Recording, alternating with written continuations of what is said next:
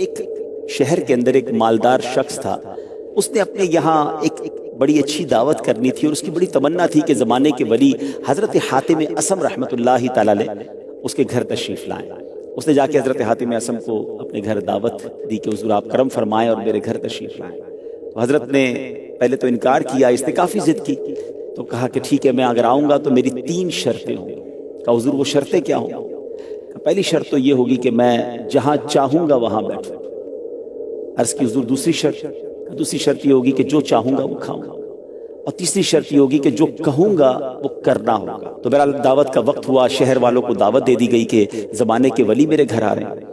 اب کمال یہ ہوا کہ جب حضرت سیدنا حاتم اصم رحمۃ اللہ تعالی گھر تشریف لائے تو جہاں لوگ اندر موجود تھے، باہر چپل پڑے ہوئے تھے، تو انہوں نے جا کر وہیں وہ تشریف فرما ہو گئے، چپل کے پاس ہی بیٹھ گئے۔ کہا حضرت آپ کے لیے دعوت سجائی ہے، سارے مہمان آپ کا دیدار کرنے آئے ہیں، اندر آپ کے لیے بیٹھنے کا انتظام بھی ہے۔ فرمایا میں نے کہا تھا کہ جہاں چاہوں گا وہاں بیٹھوں گا۔ اب کھانے کا وقت ہوا، کہا حضور اندر چلیے، طرح طرح کے کھانے موجود ہیں، جو پسند فرمائے وہ کھائیے گا۔ تو آپ نے اپنی جھولی سے ایک سوکھی روٹی کا ٹکڑا نکالا اور وہ آپ کھانے لگے۔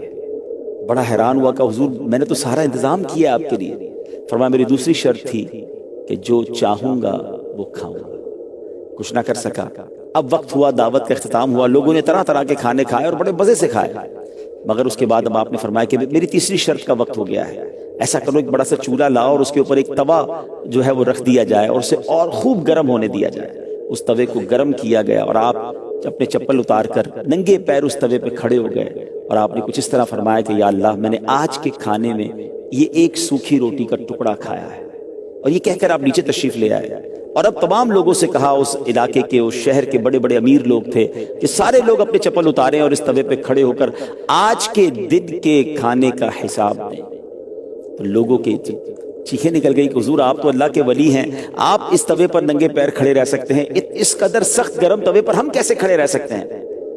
تو پھر آپ نے جو چند منٹ یا چند جملوں میں جو بیان فرمایا وہ بڑا جس کو کہیں کہ دل ہلا دینے والا اور سبق آموز تھا، کہ آپ نے فرمایا کہ اے لوگوں آج ایک وقت کے کھانے کا حساب تم اس توے پر کھڑے ہو کر نہیں دے سکتے، کل بروز قیامت تمہارے پاس وہ کون سی کرامت آ جائے گی جب سورج 1.25 میل پر ہوگا، زمین تانبے کی ہوگی، اور اس پر کھڑے ہو کر تمہیں ایک وقت کے کھانے کا نہیں بلکہ پوری زندگی کا حساب دینا ہوگا، ساری زندگی کے اعمال کا حساب دینا ہوگا۔ آپ کی اس بات کو سننے کے بعد لوگ زاروں کے تار رونے لگے، کئی لوگوں نے اپنے گناہوں سے توبہ کی۔